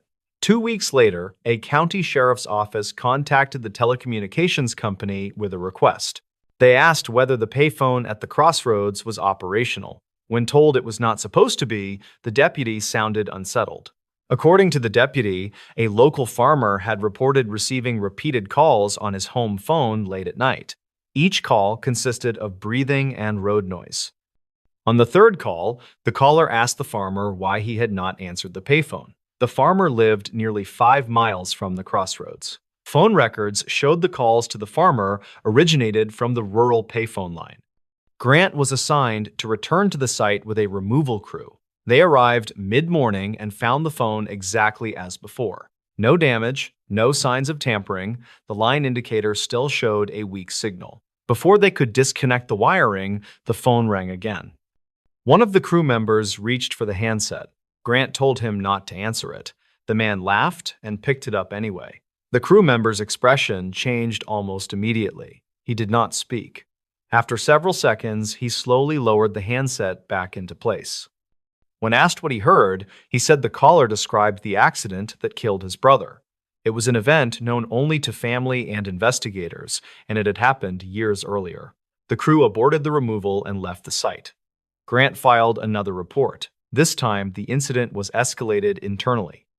Archived call logs were pulled for the payphone line. The data was incomplete but revealing. Over the previous 20 years, the phone had received hundreds of incoming calls. None were traceable to known numbers. Many calls were placed during early morning hours. More disturbing were the outgoing call records.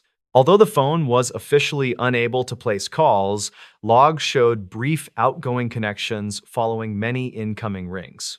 These outgoing calls matched the phone numbers of individuals who had previously been reported missing, injured, or deceased in the surrounding counties. In nearly every case, the call occurred shortly before the event.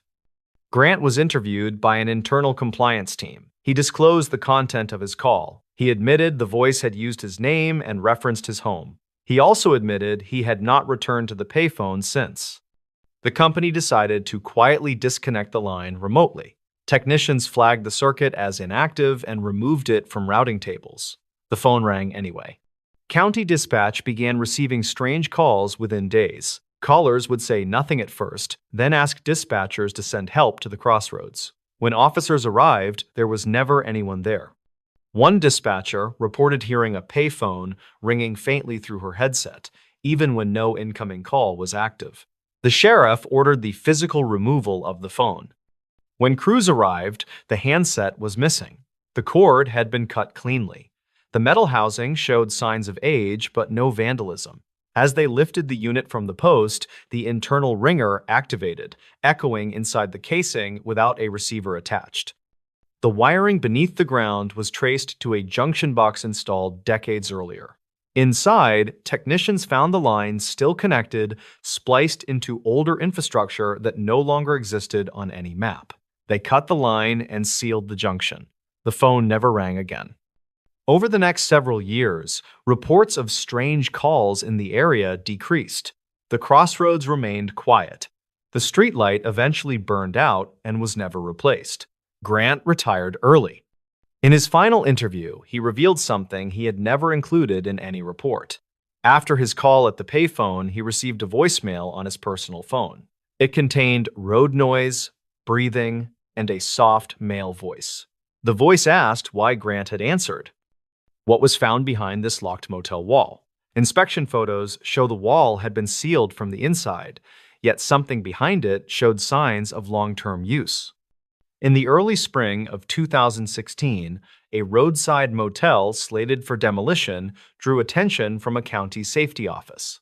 The motel sat along an older state route that had been bypassed years earlier, leaving the property nearly abandoned. Only 2 rooms had been rented in the previous 12 months, both to transient workers staying one night. The final inspection was assigned to a structural assessor named Evan Markell. He was 44 years old and had spent most of his career evaluating condemned buildings for hazard mitigation. His task was simple: document safety risks before demolition crews arrived. The motel was a single-story L-shaped structure, faded beige paint peeling from concrete block walls. Several rooms had already been stripped of fixtures, but room 9 remained locked. According to records, the key had been missing for years. Evan decided to start there. He photographed the exterior and noted that room 9's door showed no signs of forced entry or tampering. The lock cylinder was original and intact. The window curtains were drawn, though dust suggested they had not been moved recently. Using a master override tool, Evan opened the door. The air inside was stale but not rotten. The room was sparsely furnished, a bed frame without a mattress, a small dresser, and a nightstand bolted to the floor. Everything was coated in dust except the floor near the back wall, which appeared subtly disturbed. Evan took note of the discrepancy. He checked the bathroom next. The fixtures were intact but dry, with no signs of recent use. The mirror above the sink was missing, leaving only mounting brackets and an outline where it once hung. Returning to the main room, Evan measured the interior dimensions as required. He paused when the numbers did not align with the exterior footprint. The room was shorter by nearly 18 inches. He rechecked his measurements, then confirmed them against the building plans stored on his tablet. According to the plans, there should have been no variance. Evan tapped along the back wall with his knuckles. Most of it sounded solid, but one section produced a muted, padded thud. It was subtle, but consistent across a rectangular area, roughly the width of a closet. There was no door, no visible seam. The paint was uniform. Evan documented the anomaly and used a thermal scanner to check for voids. The scanner showed a cold pocket behind the wall, distinct from surrounding areas. The shape was irregular, not consistent with insulation. Assuming an undocumented repair, Evan contacted his supervisor, who advised him to open the wall for inspection. He cut carefully into the drywall. Behind it was not insulation or framing, but a second wall made of plywood reinforced with horizontal braces. The plywood had been installed after the original construction, judging by the fasteners. Evan removed the braces one by one. The plywood panel came free, revealing a narrow space behind it. The cavity was large enough for a person to sit upright, extending the width of the room and approximately 4 feet deep. The air inside was noticeably colder. The first thing Evan noticed was the smell. It was dry, metallic, and faintly organic. The space was not empty. Along the back wall, a thin sleeping pad had been laid out. Beside it were empty water bottles, flattened and stacked neatly. A small battery-powered lantern rested near the corner. None of the items were new. Dust patterns suggested they had been handled repeatedly, long after the rest of the room had fallen into disuse. Evan felt his throat tighten. He photographed everything before stepping back out of the cavity. Then he noticed the markings. Scratched into the plywood walls were lines, hundreds of them, arranged in uneven vertical clusters. Some were shallow, others deeply carved. Near the sleeping pad, the scratches formed crude shapes resembling letters, though none spelled complete words. Evan counted several groupings that appeared deliberate, as if marking time. He contacted local authorities. Deputies arrived within the hour and secured the room. They expanded the opening and entered the space more fully. Inside, they found additional items: a plastic bucket used as a toilet, food wrappers dating back years, and a portable radio with corroded batteries. There were no human remains.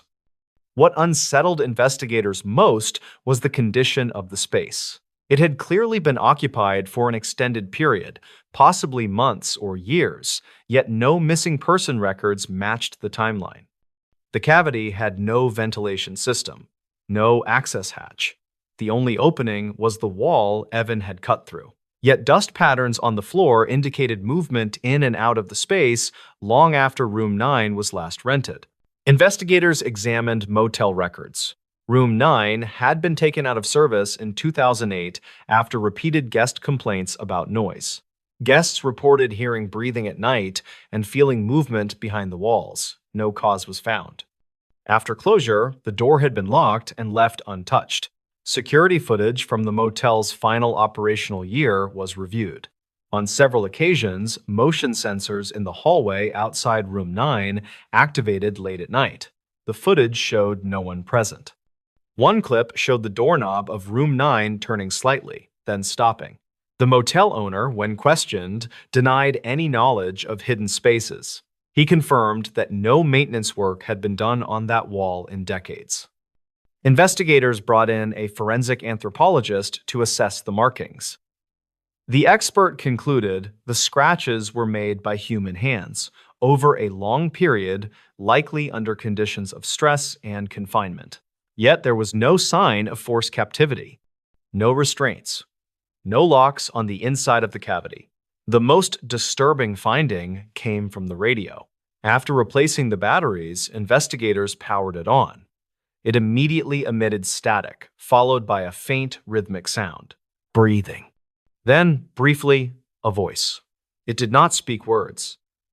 It repeated the sound of inhaling and exhaling, slightly delayed, as if mimicking someone nearby. The radio shut off on its own. The cavity was sealed again by authorities, pending further investigation. The motel demolition was postponed indefinitely. Several weeks later, the property was sold quietly to a development group. Records related to the investigation were reclassified and archived. When demolition crews finally returned months later, Room 9's back wall was intact. There was no cavity behind it, no scratches, no sleeping pad, no lantern. The interior dimensions of the room now matched the exterior footprint perfectly. Evan was asked to revise his report. He refused and resigned shortly after. Before leaving his position, he shared one final detail with a colleague. When he first opened the wall, the sleeping pad was still warm, and there had been only one set of markings near it, fresh ones. This ranger station logbook ends mid-sentence.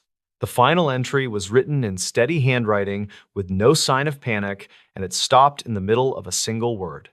In the northern section of a protected wilderness area, a small ranger station stood beside a frozen reservoir. It had been built in the late 1970s to monitor seasonal flooding and wildlife movement.